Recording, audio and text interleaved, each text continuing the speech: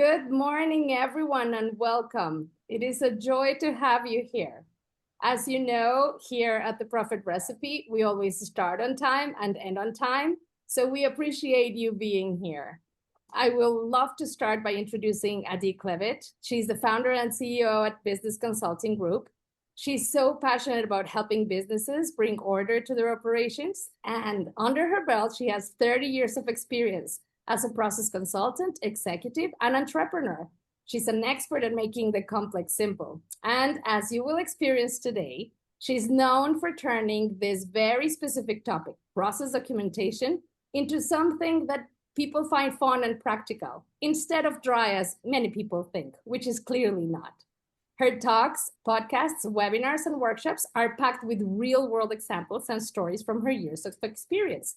She offers clear steps, and of course, our clients rave about the results she has achieved while working with their leadership teams. And we're so glad to have her here today. Welcome, Adi. The floor is completely yours. Thank you, Paui. And I really want to thank you and the Profit Recipe for this great partnership.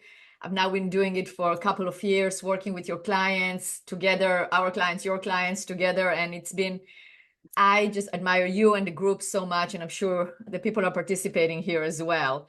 So yes, today we're going to talk about how to build a business that doesn't depend on you. And that is, I know it's a big topic. I'm going to concentrate on the process part, on the process component of the equation. You're all implementing EOS, the components, and process is one of them. So we're going to talk about processes and also touch on data because they do relate one to another. So if you want to get in touch with me, this is my contact information. I will also give Paui the slides and the recording, and you will all get it. So you don't have to take pictures or notes. You can if you want to, but you will have the presentation.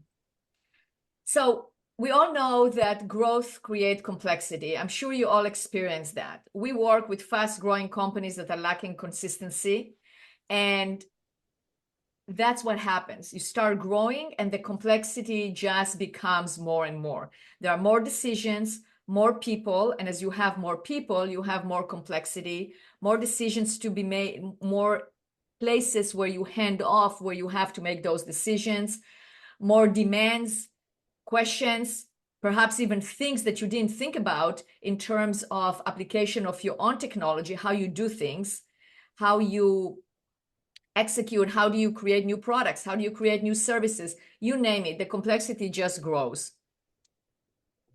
So the real reason leaders get stuck is not because of that complexity. They get stuck because they don't grow as the business grows, because the systems are not growing with the business.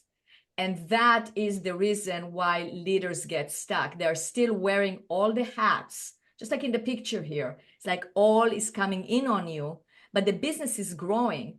So it is impossible for one person to be able to execute on everything. So here's a question for you, and put it in the chat. I love interactive workshops. So by the way, I'm going to pause from time to time and ask if there are any questions. So feel free to ask questions, like real questions from your business, burning questions that you want answers to.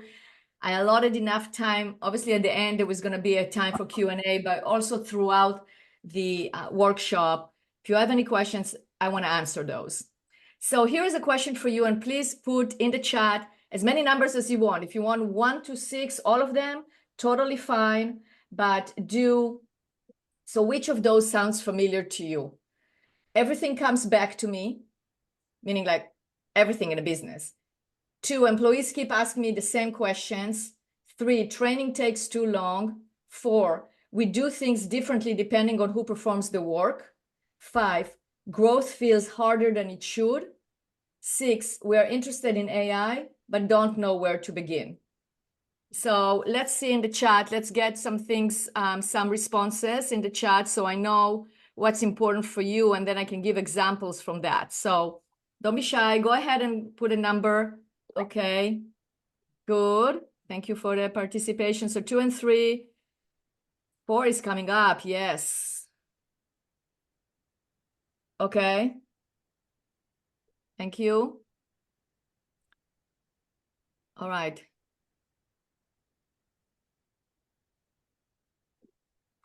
Yeah. So definitely we have a variety, but we have the 4, the 2, asking the same questions. That comes up a lot. Definitely growth feels harder than it should. So it's basically not fun, right? I mean, it's like you thought, okay, I'm going to grow my business. It's going to be fun. I'm going to be able to just expand, and you hit those barriers.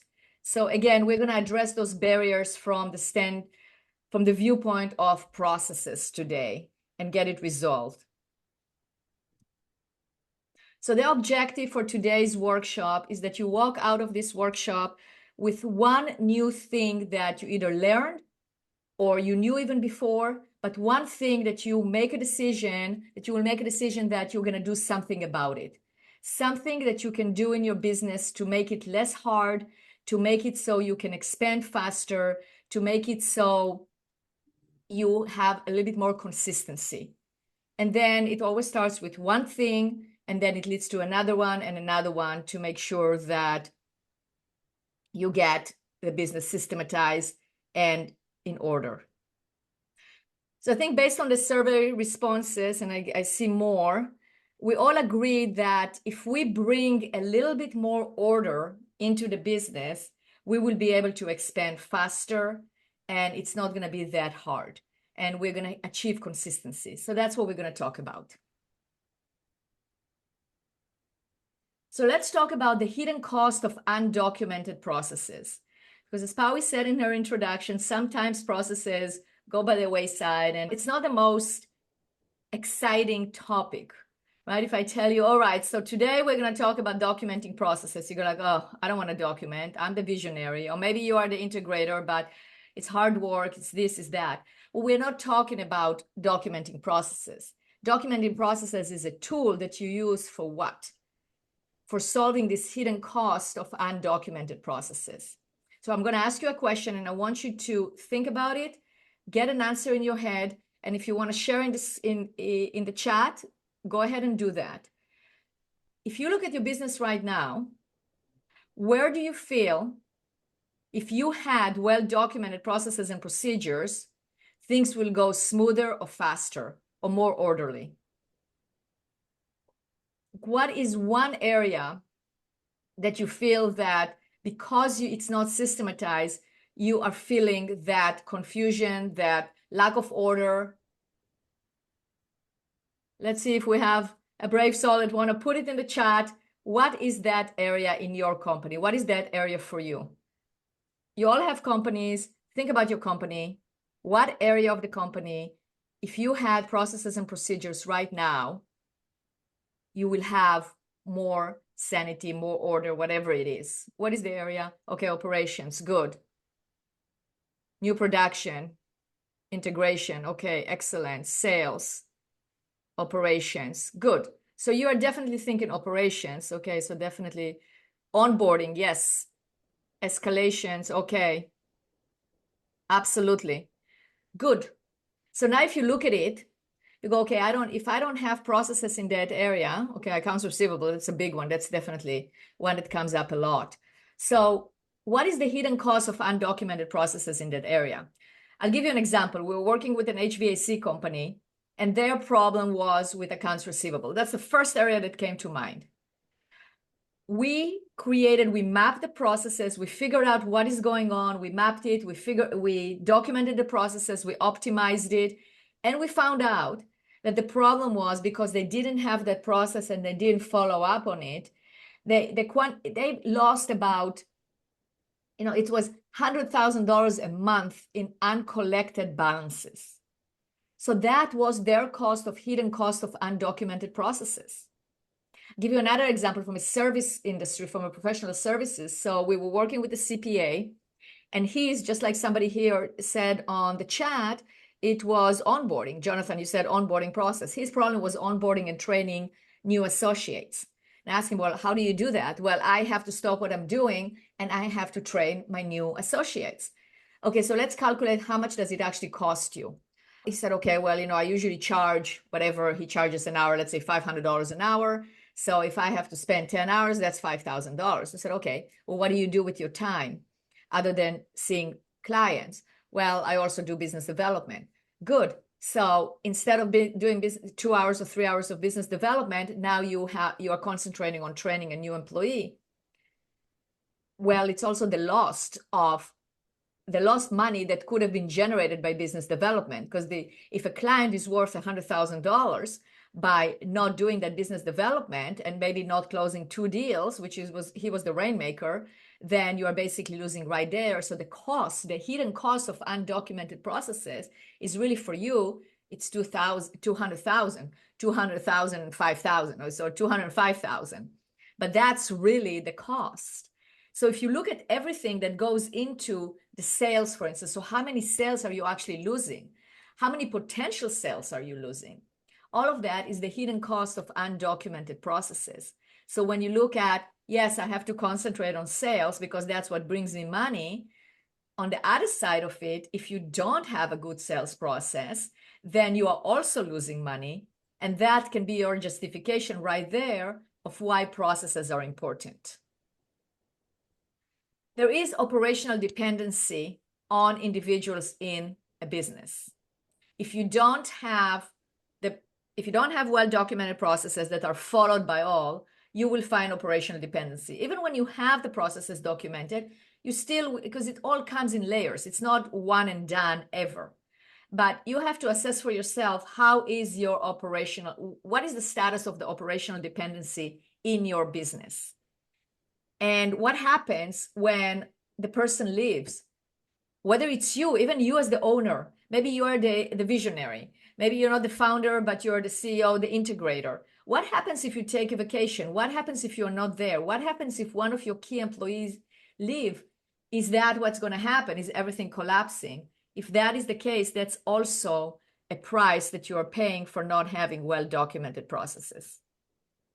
And everything flows back to the owner. That's what happens. If you have that operational dependency on yourself, and it doesn't have to be the owner of the company, it can be the owner of the process. So let's say right now you are doing many things in the business and you own it. If you don't delegate it correctly, it will come back to you. It will flow back to you when that person leaves or when they are not doing it correctly. It can come back to you also when asking questions. People are coming to you over and over and over and asking the same question, where you feel like everything is coming back to you and flowing back to you. Let me know in the chat if you ever felt that things are flowing back to you, that you are the bottleneck, and you ever felt that things are flowing back to me and I am the bottleneck in the business. Anyone felt that way? Give me a thumbs up or a yes or something.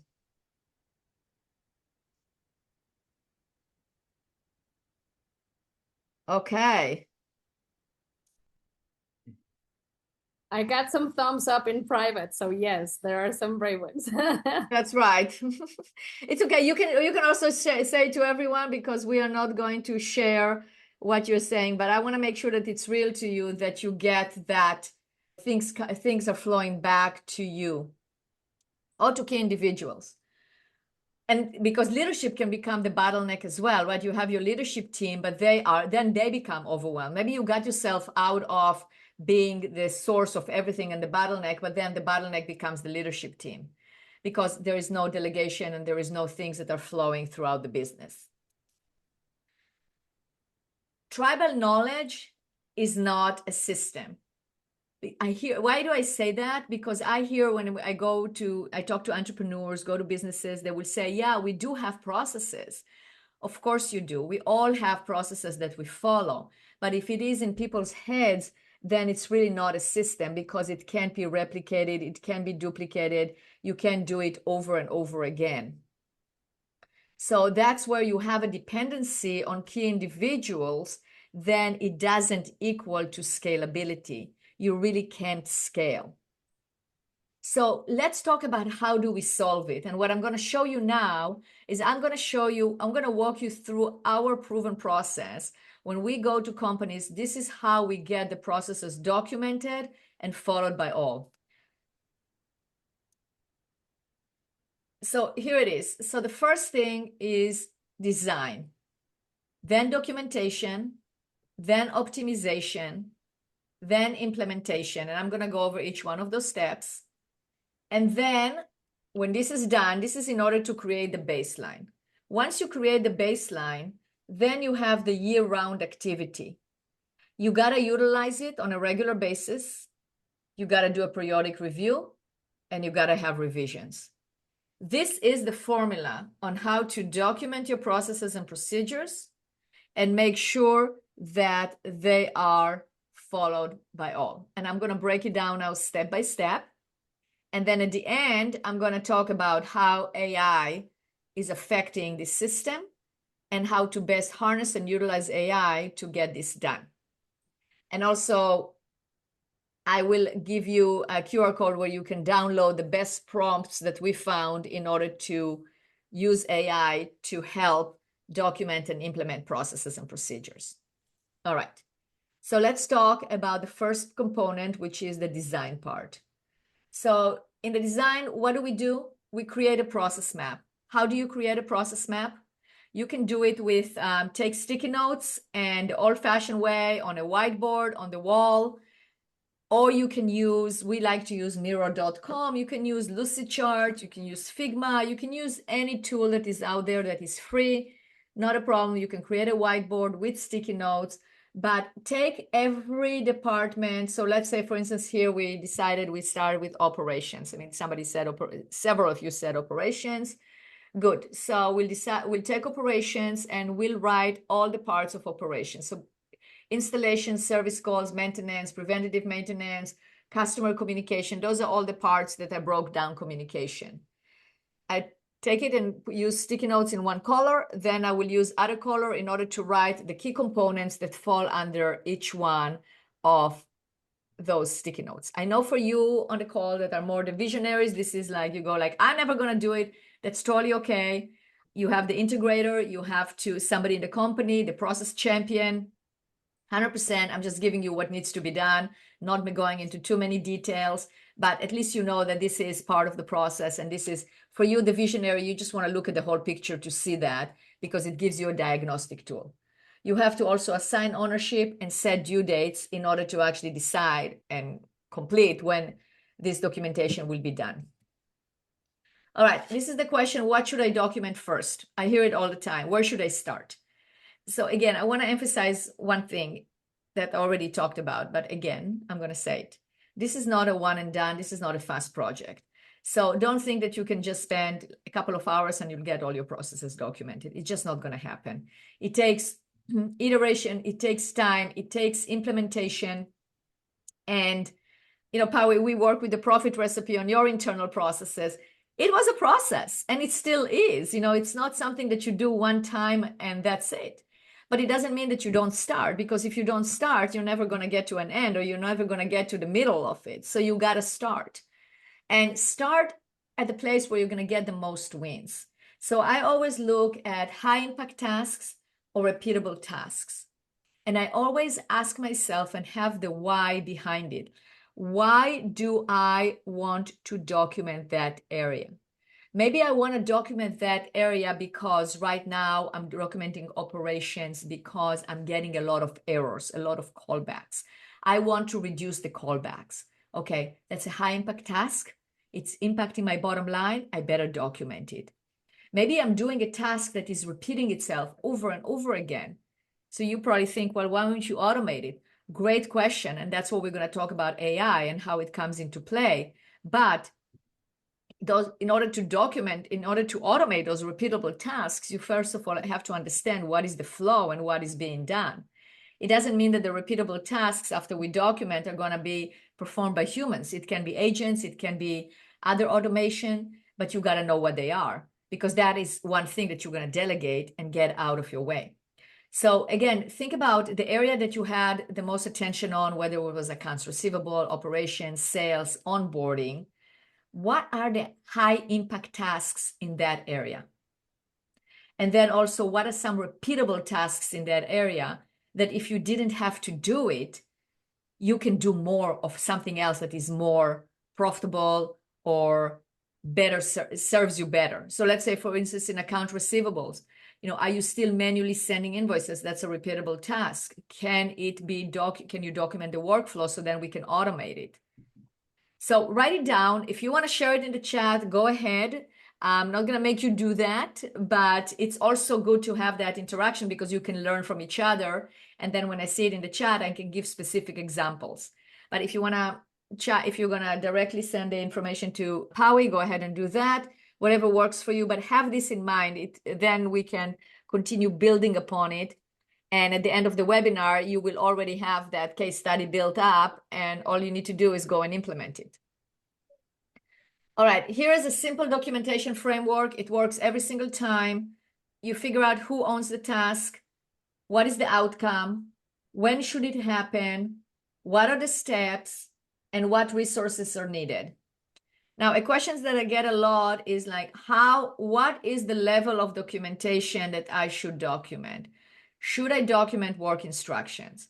I know EOS, pure EOS is the 20/80 rule and the core processes. But what should I do? What is your recommendation? I hear it all the time.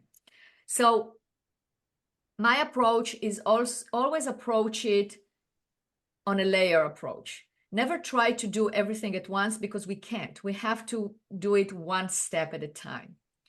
Having this framework and having your core processes documented is a must, because then it gives you some kind of a framework to understand your organization. Now, if you document that, you have to ask yourself, what's the purpose? So when you do that, the purpose is for everyone to be on the same page and understand how the business operates. Then you ask yourself the question, what do I want to achieve? If I want to achieve that people are not going to come to me anymore with questions because I get inundated with questions all the time, then I better give them the answers. And again, I'm going to talk about it a little bit more in the end in terms of the AI. We can build, and we build amazing knowledge bases where people can just type the question and they get the answer. So that is incredible, but you don't want them to get a generic answer from ChatGPT or Claude. You want them to get the answer of how things are being done. In order to do that, you got to create a knowledge base. In order to create the knowledge base, we have to extract that knowledge from your head. So that is more detailed than just a core process. But it's, again, you don't want the pendulum to swing to the other end and document everything. You want to make sure that you stay away from documenting the obvious. You want to make sure that you stay away from documenting something that is already documented somewhere else. For instance, let's say we are documenting accounts receivable, and you're documenting how you enter a customer, how you create an invoice in QuickBooks. You can go to ChatGPT or to Claude and say, give me specific instructions on how to create an invoice on QuickBooks Online. Boom, you have it right there. So you don't need to document that. You can write the prompt. Maybe you have a very clever prompt. So you can just say, go to your AI and enter this prompt. And that's it. Or go to the help manual and find a video on how to create an invoice. Totally fine. But what you should document is the best practices. It's the experience. You have to share your experience. You have to know what worked and what didn't work. What are the exceptions? So for instance, when in this same example with the creating an invoice, you want to make sure that you document what is the name convention? Because if you don't do that, what will happen? Each person will enter it in a different way. And then when you want to find an invoice, you can't find it. Or if you want to automate it, meaning saying that if you see this name, then do that. If you don't have the right name convention, the automation is not going to work. Think about it. Think about it ahead. Think about it in terms of creating automations and using AI. It's a machine. You have to be able to give specific instructions to the machine so the result will be the same every single time and it will learn it correctly.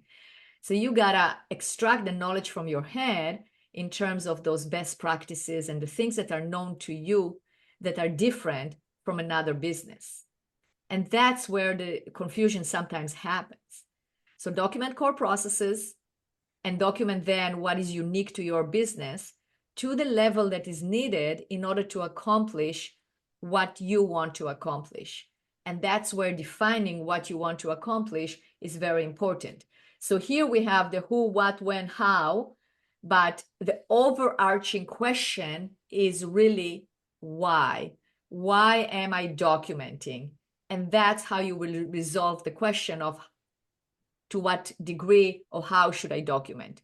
And of course, you also want to document the tools, at least mention the tools, and where can you get the resources in order to know how to use the tools.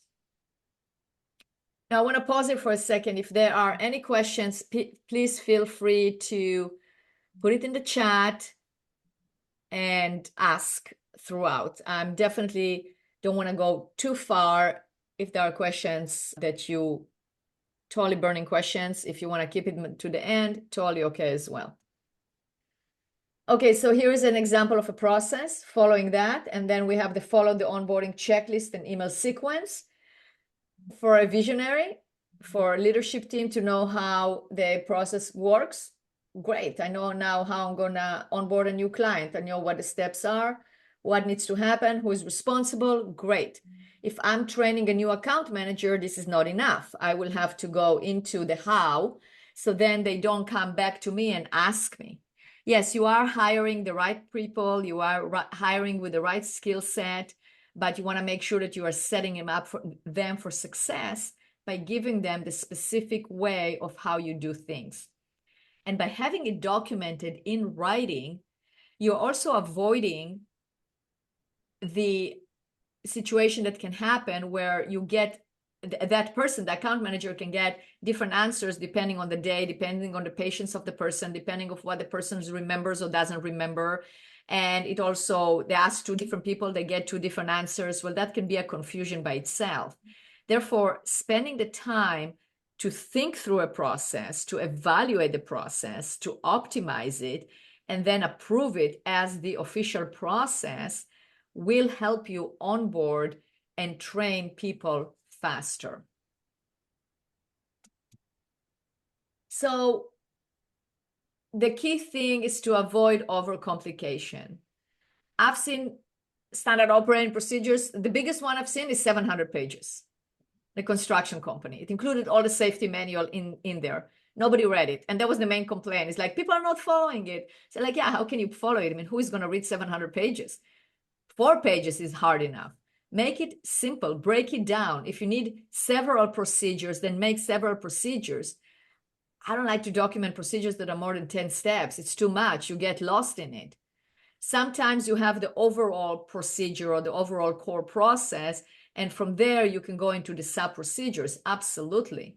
But make it in a checklist form, make it visual, make it fun. Use emojis, use pictures, use videos, whatever you want to use there, that colors, make it something that is appealing for a person to go and read. Big letters, big font, easy to read, easy to understand, no big words. Just make it in such a way that really matches your culture. We are not living in a culture, in a corporate culture. We are not living in a culture that you have the standard SOP with, that looks like a corporate one. You want to match yours. If you have different software, different apps, you want everything to look the same. That's why I always say that in order for this to be successful, you gotta document your processes and put it on a single source of truth. We're really big on process documentation platforms. We internally, when we work with clients, we have 4 major ones. It's not a promotion for those platforms. If you want to know what those are, send me an email. I'll definitely show you some examples as well. I have videos with examples, and that is what I recommend. And I recommend using those platforms because they are a single source of truth, because everybody knows that they have to log in there in order to learn about the processes and procedures for the company. People know that that is where they're going to find what needs to be done. And those platforms are just evolving more and more. So they have that capability of creating a knowledge base where you can search by asking a question and you get the answer. And that is like your own AI, your own LLM, right? I mean, it's not completely, but it gets very close to it. And I'm sure very fast, not in the very near future, it's going to be even better and better. Okay, so here is the challenge for you. I want you to, each one of you, think about what is one process you should document this week. Something you do repeatedly or answer questions often. Now, if you say, that is not my role in the company and I'm the visionary and I'm not going to document the process, that's fine, but still name the process and work with your leadership team, work with your integrator to document it. So it's maybe you are not going to document it yourself, although it's totally okay. I'm the visionary for my company and I document processes. Yes, I mean, I'm very good at that and I have that capability, but I also know the importance of me doing it, right? So I need to be able to communicate that to my team. It's like, no, this is the way I want it to be done because, or this is the outcome that I want. So I will document it high level and then I will let people do it step by step. That is their responsibility or they have ownership over it. Very good. So we have somebody said, okay, definitely driver onboarding. Okay, great. How to answer disputes in Stripe. That is very good. It's like very specific because probably there are disputes in Stripe that people are handling it differently, or it's creating a disruption, some kind of a disruption in the business. So a process will solve it. Or onboarding a driver. Absolutely. We work with, that reminds me, we work with a gas and oil company. That's what they did. They had drivers that will take oil tanks to the farms. It was in Ohio. And onboarding a driver was a problem because it will basically take another driver or the supervisor the whole day to onboard somebody new. And it's lost money, lost income there. And you don't also know how they're being onboarded. So having a checklist and documenting it and agreeing on it, and then it doesn't mean we're not going to have people anymore. Doesn't mean that we're going to take people out of the equation. Not at all. This is not where we are going. But instead of spending maybe 8 hours, maybe they can spend 2 hours of their time and the rest the person can self-learn out of the checklist. But it's also going to be the same every single time. So you know you're going to get the same results. So that's very good. Okay, so we talked about documentation and we talked about putting it in one place, single source of truth. But we all know documentation alone doesn't create results. And that's what I tell our clients. If you're just going to document and not implement, there is not a point in doing it whatsoever, because it will just be a manual that will accumulate electronic dust, will just be there and nothing will happen. So the bridge between documentation to get results is implementation, and that is the followed by all. If you read a chapter on processes in the book Traction, you will see that half of it is about documentation, but then the other half is about the FBA, the follow by all. And that is what we're going to talk about the bridge between documentation and adoption. How do we do that? So here is the map. So this is implementation. If you remember, the proven process at the beginning was step number 4. This is breaking the proven process into the second process of how do we implement the processes and procedures so they are followed by all. Before I go into it, I want to let you know it takes time, it takes dedication, it takes persistence. It's not going to happen overnight. It's not going to happen by you saying it one time. It's not going to happen by you just giving people the processes to read and expect that magically it will happen. It just doesn't happen that way. It's just like, it's one of the laws in business. It's just like when you sell to somebody, you don't expect each and every pitch that you make that the person in front of you is going to buy and say, yes, of course, I'm going to sign right now. That doesn't happen, right? We would love to. Those of you that are in sales, you know that. We have a closing ratio, right? I mean, you close 50%, you close 20%, you close 70%. But how do you close that? So maybe you close 20% on the spot, but then you have the follow-up, right? We all know that we have to follow up at least 7 times before somebody will say yes. I mean, we hear those things. I mean, when we go to sales conference, that's what we hear. It's not necessarily your ability to talk to somebody and convince somebody in sales. It's your follow-up after that. So you can have a salesperson that is very methodical and follows up and then finally gets the sale. And sometimes they will not. But the same thing applies here. So don't be discouraged, don't be disappointed or think there is something wrong with your employees. There isn't.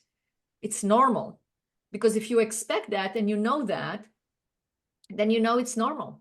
So it takes time. It doesn't mean you're not going to be successful. You're going to have wins along the way. And especially if you validate those wins and you make those wins even bigger and you celebrate the wins, you're going to get more wins and more wins and more wins to get to the final result of the processes are being followed. So I just want to let you know that I'm going to go over the process right now, but it will take work. So one more thing before I go into it, it will succeed the best when you have a process champion in your business. Meaning if you're also if you're the visionary and try to do it, it's probably not going to work unless you have the time to do it. If you're the integrator, probably a good idea. But then you have to assign yourself as the process champion. If you have the most successful projects that we have done is when we work with companies where there was a designated process champion. It doesn't mean that they don't have anything else to do. They, of course, have their position as well. But that person is super organized, very much process oriented, and has the ability to manage a project. So that is a key to success. If you're a smaller company and you don't have somebody you can assign it and do it yourself, but wear that hat. Tell your staff, okay, I have two hats. I'm the COO, and I'm also the process champion. I'm the CEO, but I'm also the process champion. So you wear that hat of being the process champion. All right, let's go over this. So the first thing is to get buy-in. Nobody likes to be told what to do and being forced to do something. I know I don't, and I'm sure each and every one of you here on the call, if I just tell you, you gotta do this or you should do this, you probably go like, I don't want to do it. That's why I became an entrepreneur. This is why I work for a small company. I know. We gotta we gotta get buy-in. It is what is in it for them. That's what applies. But not in a way that you want to manipulate anyone. You truly want to see, you would truly want to get the buy-in. Because if you hired correctly and you have the right people in the right seats, then people want to be successful and they want to help you and they want to help the company and they want to be part of the group. So you got to find out.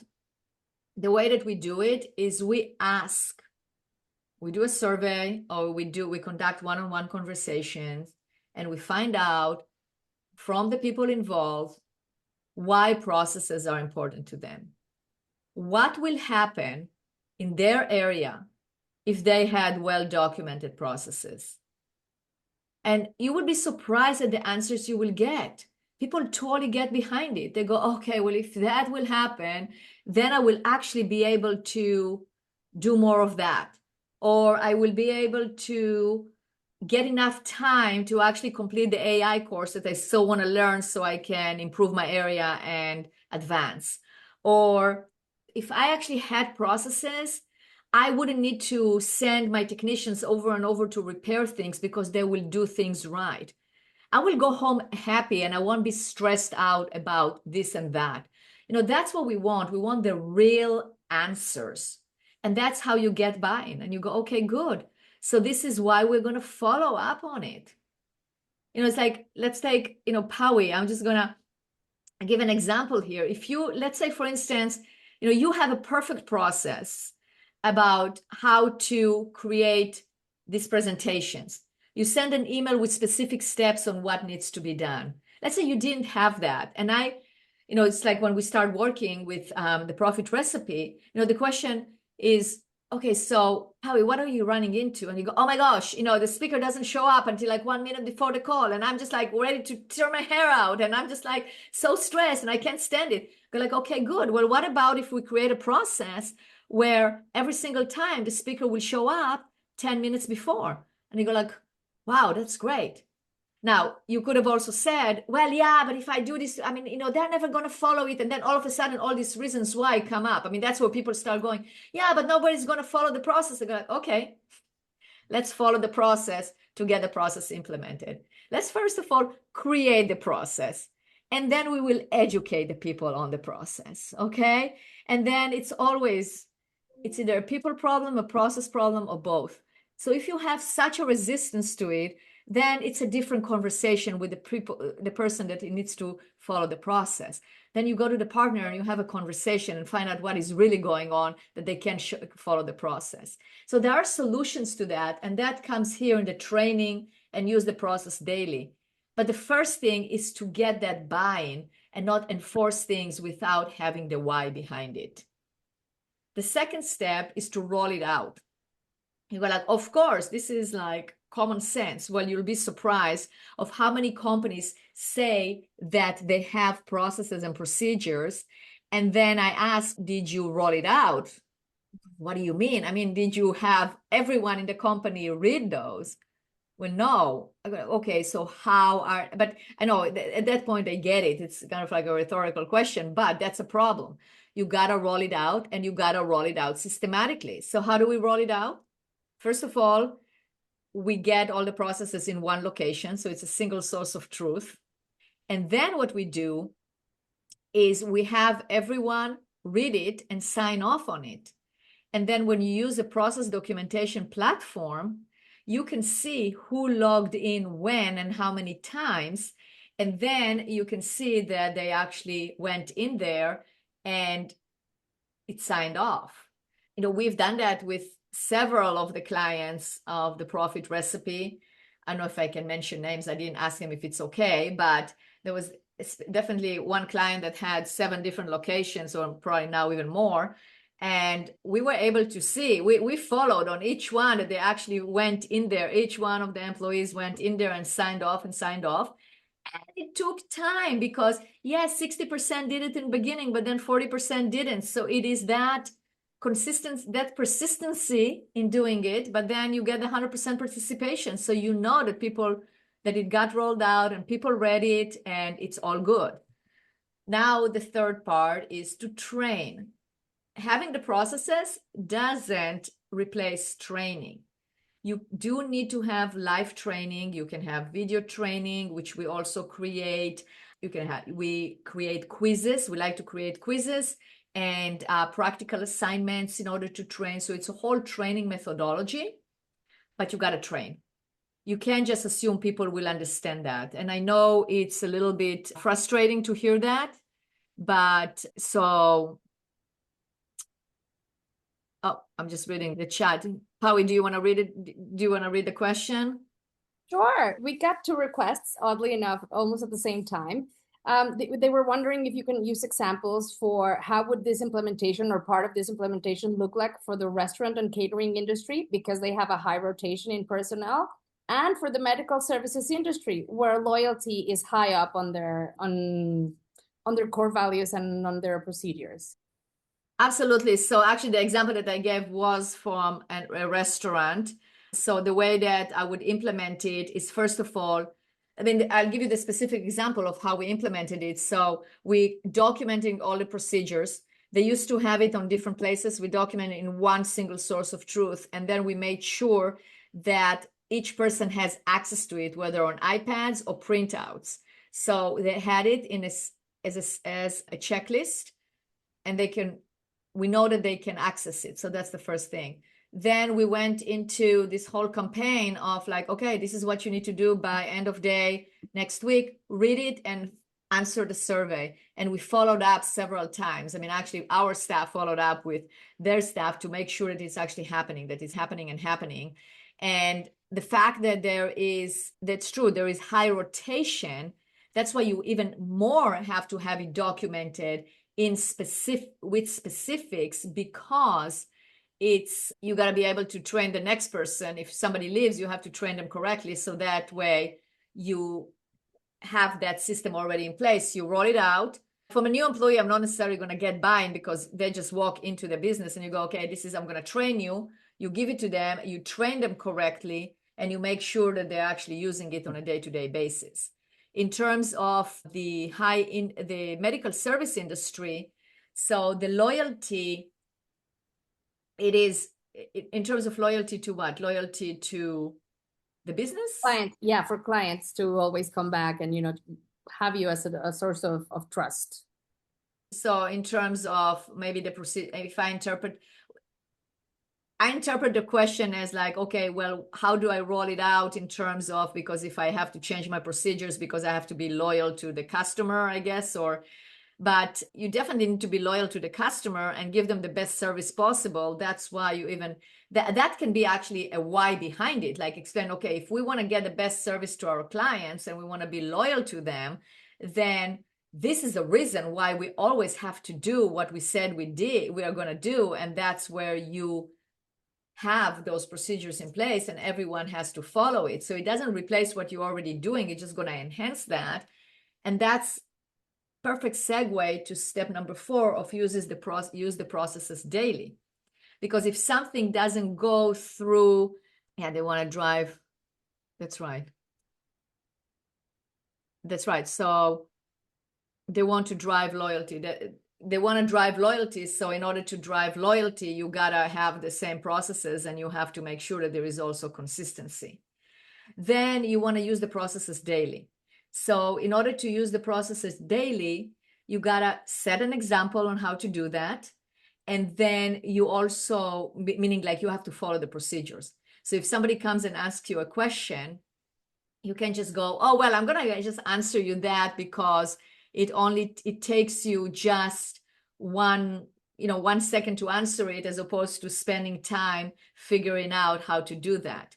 So that's why using the processes daily and setting the example, referring to them, is very important. Also, when you use the processes daily, whenever there is an issue and you are IDSing, use the processes. So there is an issue. Let's say there was an issue, a customer was not set up correctly. Let's say it's onboarding a customer and they weren't set up correctly. Okay, so what do? We take that and we pull the process on the screen and we go, okay, here's our process. Where was it not followed? Where did it get violated? Where did it get changed? And why? Because it's always a process problem, a people problem, or both. But if you are hiring right people, right seats, you are hiring correctly, you have the right people, then start with the process. Why was it followed? Follow the trail on why was it followed. Maybe there is something here that we need to improve. We can have an example of, I'll give you an example. We were working with a manufacturing company and there was something that was messed up on the order. I said, okay, here, I'll give you an example. This is an issue. All right, let's put it up on the screen. Here's the procedure. Let's go step by step. Oh my gosh, step 3, what do you know? Wasn't followed. Why? Because the person was trying to cut corners because they didn't have enough time to do it. Okay, the handoff, so we go back to the procedure before that. On the handoff, wasn't done on time. 2 places where the procedure broke, but we knew exactly where and we were able to pinpoint it and correctly fix it. And then you have to measure outcomes. So as I said in the beginning, it's a combination of the process component of EOS, but also the data component. So each procedure has to be measured. It has to be somehow connected to your scorecard. So if you have a procedure on, let's say, I'll give you an example from the medical services or the home care services. So we're working with this company and we documented the procedure of the intake. We measured the outcome of how many of the patients that called in, of the leads, actually ended up as an intake patient, meaning they went through they got scheduled and they are now a patient of record. So that you're measuring outcome, because if there is something wrong with the intake process, we might not get to that outcome and you can't really set the right benchmarks. So this is the implementation part. And of course, we have the maintenance. I showed it to you in the beginning. We have the actual process, but then you have the maintenance phase. You got to utilize it. You got to have periodic reviews and you have to have revisions. And all of those are key to make sure that the processes are being followed by everyone. So to close the loop, we talked about the hidden cost of not having processes. So what predictable processes enable? Consistent results, confident delegation, faster onboarding, and scalable growth. And now, what is the impact of AI? I get asked this question all the time. So AI amplifies. What does that mean? Good systems get better, broken systems get worse. If you don't have a good onboarding system, you can just slap AI on it. I mean, what is the AI going to do? It just, you don't have the system. You got to build the system first. You know, my background is I'm an industrial engineer, and 30 years ago, when I started my first project in Mitsubishi, my task was to document the process, so then the software engineer will follow and create the software. Yes, he had to code. There was no cloud code, and there was no code, and there was no AI. So, but it's still using technology on top of a process. The process has to be correct, so then the technology will solve the process, amplify the process, help the process, automate the process, improve improve basically making things faster, but you still need the process. So in order to implement AI, you gotta have operational clarity, you gotta have your workflows, then you understand your processes, you have the knowledge known, you have to have ownership, because the AI is not gonna own it. You got to have human ownership of who owns that process, so then they can also do quality control on the AI. Because one of the things that can happen when you implement AI, like the way that you're going to know that you implement AI too fast in the company is when you ask, what is the process and nobody knows, or who owns the process and nobody knows, or why the AI made that decision and nobody knows. It's because all those building blocks before that were not handled. Now, I'm a big proponent of AI. Don't get me wrong. We use AI and we learn and we try to stay top of everything to be in the forefront of AI. And we definitely then, we create the processes and then we transfer our client, we recommend to our clients to go to our AI partners to automate different things. So it's definitely a flow, but the idea that AI will solve a problem, it has to solve the right problem, not the process problem. So AI, again, works best on top of documented workflows. If you do that, you follow the documentation, and the implementation is you're going to get this operational freedom to operate without being dependent on key people, on that knowledge. Oh, I never can take a vacation, or if that person leaves, my business is going to collapse, or all of that will be solved together with the other components of running a business. Hey, this is not the only component, and I know that, but this is a key component that many times can get ignored, and it's really the fabric and the glue that makes your business so unique is the knowledge in your company. So if you want, and I'm going to send it out as well, I have a 15-minute process documentation quick start checklist that you can start your project of documenting your processes. It takes you step by step until you finish the first documentation. And we also have the bonus AI prompts to get you started. We have our own custom LLM. It's processguru.ai. And we'll give you access to it with the prompts so you can play around with it and try and start documenting your processes. So with that, that's the presentation. We have 6 minutes left, and I can answer any questions. And it's as simple as just opening up your mic. If you don't want to be on camera, it's okay. We record this and we will share it, but there is no need for, stating your name or your company, or maybe you do want to do it. So just go ahead. We're here for you. And that while we wait, yes, I wanted to say that it is a recurring process. Right now we're growing and we're welcoming more implementers, and that means more EAs, more help, and that means our processes are getting more complex. So we're doing it. So thank you for that, for starting us off. We now have a culture of processes followed by all, and accountability goes both ways. That's what we've learned from you too. it's not only the person who does it, it's actually the person that provides the information for you to actually achieve that. So accountability is a two-sided road. So thank you for that. Yeah, you're very welcome. And yeah, it was my pleasure. And it's true. I mean, that's what we started documentation. No, it's a process. Go to my website, which is, I mean, the best thing is if you go to my website, www.bsuccesscg.com, and on the bottom there is you'll see my picture, my avatar picture, and that will take you to the process. It's processguru.ai. That should take you directly to the tool. If not, go to my website, to bsuccesscg.com, and click on it, and that will take you to the Process Guru. And don't worry that we will send a recap of this webinar, and we will send the video and all the resources, Christian. So we will send it, as soon as possible. And there are more questions, Adi, if you want to go ahead.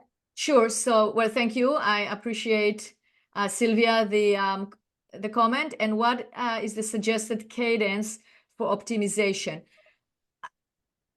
So there is my suggested cadence for reviewing the procedures is at least every 6 months, but it depends on the maturity of the processes. So for instance, like what Pawi gave an example, they're bringing in more EAs. Before they bring the next EA, let's take a look at it and let's optimize. If you are we usually optimize as we build the process, but then after the process is built, depending on the maturity of the process, I would say definitely every 6 months. And if you have many processes that are matured, I would rotate through the quarter. So if we use the ROC system, I would say one at a time, meaning like, let's say you have 8 core processes. So every quarter review 2 and make it a ROC to review it and optimize it as you are reviewing it. Yes, Christian, I'll definitely send you the link directly. Just scan the QR code and I will, you'll get it immediately. You'll get it after the call. But if not, I'll send it directly. Let's see, what was the other question? Is we've been doing that with recruiting. Okay, we optimize every round, but operational cadence is a little more muddy. Okay. Yeah, you gotta systematize also the revisions and the reviewing. The revisions is the review, like the process review, which is very, very important. But also a revision or an optimization is driven by time and by events. So if you have anything that happened that is non-optimum, that is the time to optimize. And then the time, meaning like every 6 months you review the processes, or every quarter you review the processes, that's driven by time. So both of them are the cadence, both of them are triggers to review and revise and optimize. Those are excellent questions, and I really appreciate the participation. Yeah, you're very welcome. Okay, good. Well, we like to start on time and end on time. So it was awesome to talk with all of you. If you have any more questions, definitely, I mean, here is my phone number. You can text, you can call, my email. Go ahead and ask me any questions. And you know that all of you as the Profit Recipe clients, you get a value session with me, and would love to talk to you. So we can get on a call and you can ask me any questions that you have about processes. Awesome. Thank you, Adi, for today. And remember, what we do at the Profit Recipe, it's actually welcome everyone in the evolution community. And that means you, your clients, your leadership team, and anyone you want to send us to learn about processes, any of the 6 components, and much, much more. I just posted the events page where you can take a peek and look. We have very interesting things. And Adi, thank you so much. It is always a joy to see you and learn so much from you. And specifically, thank you for the AI resources. We're all keen on just optimizing them. So thank you a lot for everything. And feel free to reach out to Adi, and we will send that email soon enough, just as the recording is ready. And let us know how we can help. We're here to help. Have a great day, everyone. Bye. Bye. Thank you. Thank you.